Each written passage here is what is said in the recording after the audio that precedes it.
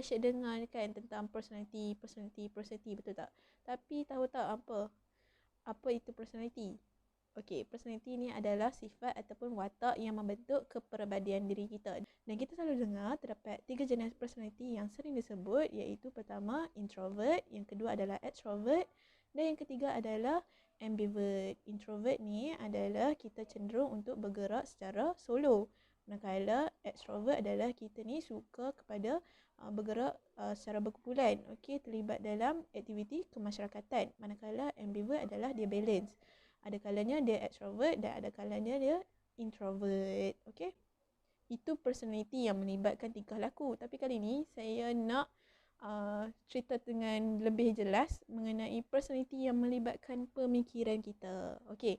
Personality ni dicerita ataupun dipelopori oleh tokoh barat iaitu Sigmund Freud dalam teori psikoanalisis. Okey, bila sebut pasal teori, kita kena faham teori ni bukan satu benda yang fakta, bukan satu benda yang statik.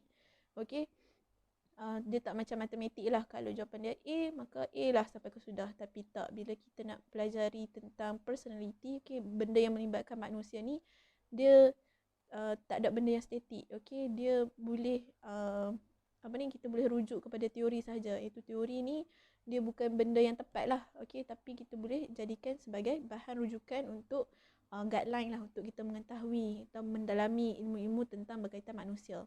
Okey, terdapat 3 jenis personality pemikiran yang diceritakan oleh Sigmund Freud ni, iaitu pertama id. Okey, id ni apa? Id ni adalah personality yang orang panggil ada dalam diri kita, pemikiran kita sejak dari azali lagi, sejak dari lahir. Mana kita ni tak perlu belajar pun untuk ada tentang personality id tu dalam diri kita.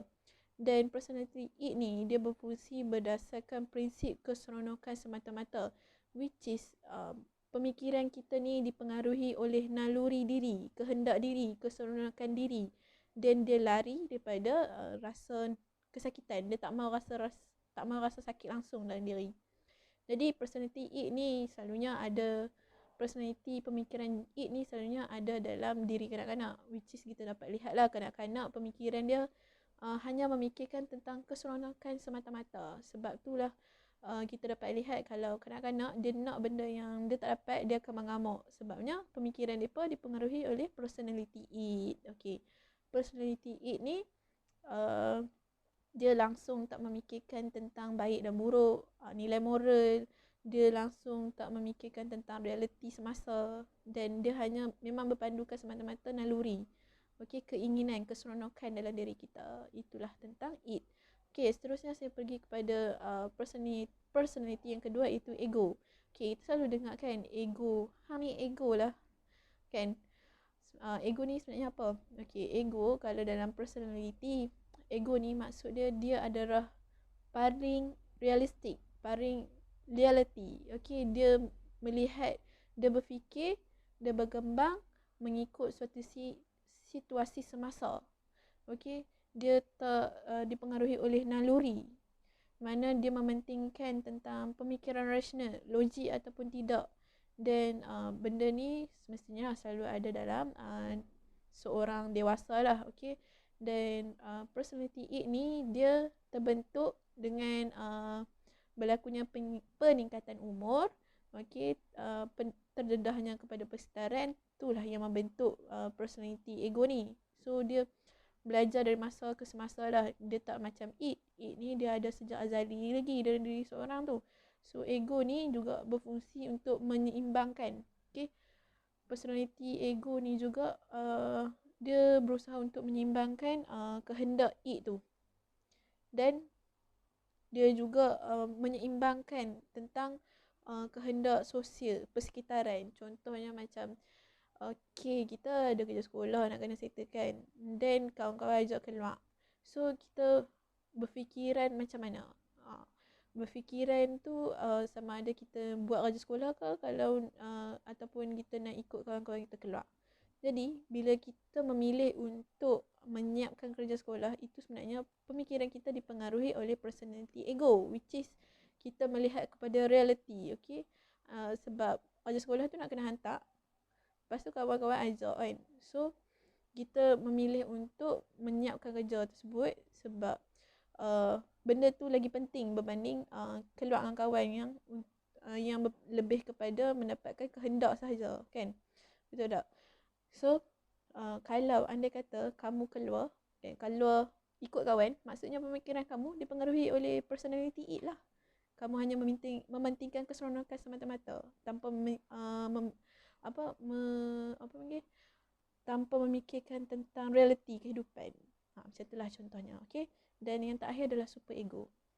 Okey, super ego ni dikenali sebagai hakim dalam diri individu. Dia lebih kepada develop oleh nilai moral seseorang tu oleh bimbingan ataupun asuhan keluarga.